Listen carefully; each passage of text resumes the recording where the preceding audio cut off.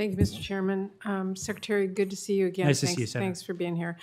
As you well know, this summer, the VA completed its strategic review of the Electronic Health Record Modernization Program, and Deputy Secretary Remy made a virtual visit to Mann Grandstaff VA Medical Center in Spokane last month in November. I appreciate the senior leadership's continued engagement on this issue, but we really do need to see corrective actions to put this important program back on track and to get it right for veterans' families and staff who are counting on it.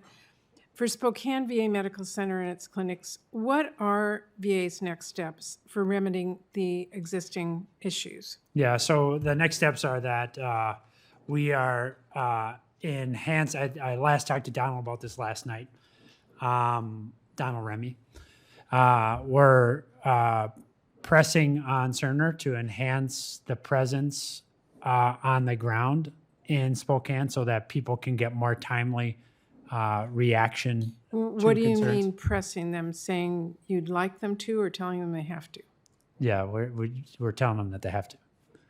And Donald reported to me last night he was in touch with Rob Fisher, who's the medical center director there in Spokane. And what Rob said to him is that as of last night, the kind of presence that Cerner was manifesting was not what he had been anticipating.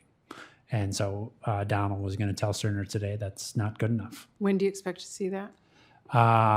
I don't know the answer to that question because he had that discussion today, but I'll get you the answer. I haven't talked to him since he had the discussion. Any other steps that you're taking? Well, we're continuing to, we have regular engagement through the Office of Electronic Health Record Modernization with the team in Spokane so that we as an institution are making sure that we're taking whatever corrective action we need to take as well. And then we've obviously restructured the management and governance of the implementation of the project going forward. Okay. Well, in your testimony, you mentioned that the VA plans to continue deployments to gain more experience while increasing future site readiness. That's a quote.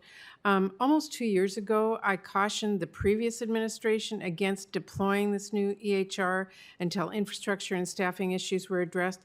I don't want to see the new EHR deployed at other sites in Washington State until it's fixed and it's ready to go.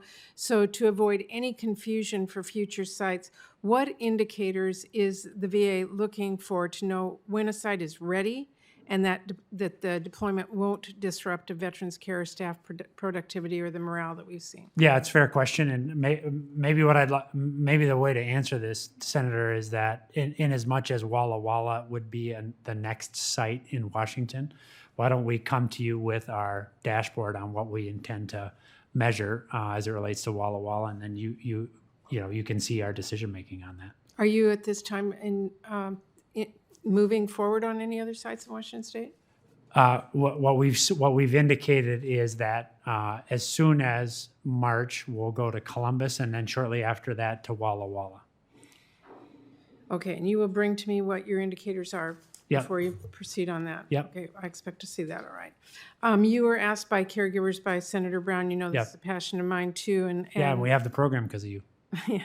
Well, as you know, the previous administration finalized a rule for the caregivers program that restricted the eligibility criteria for veterans.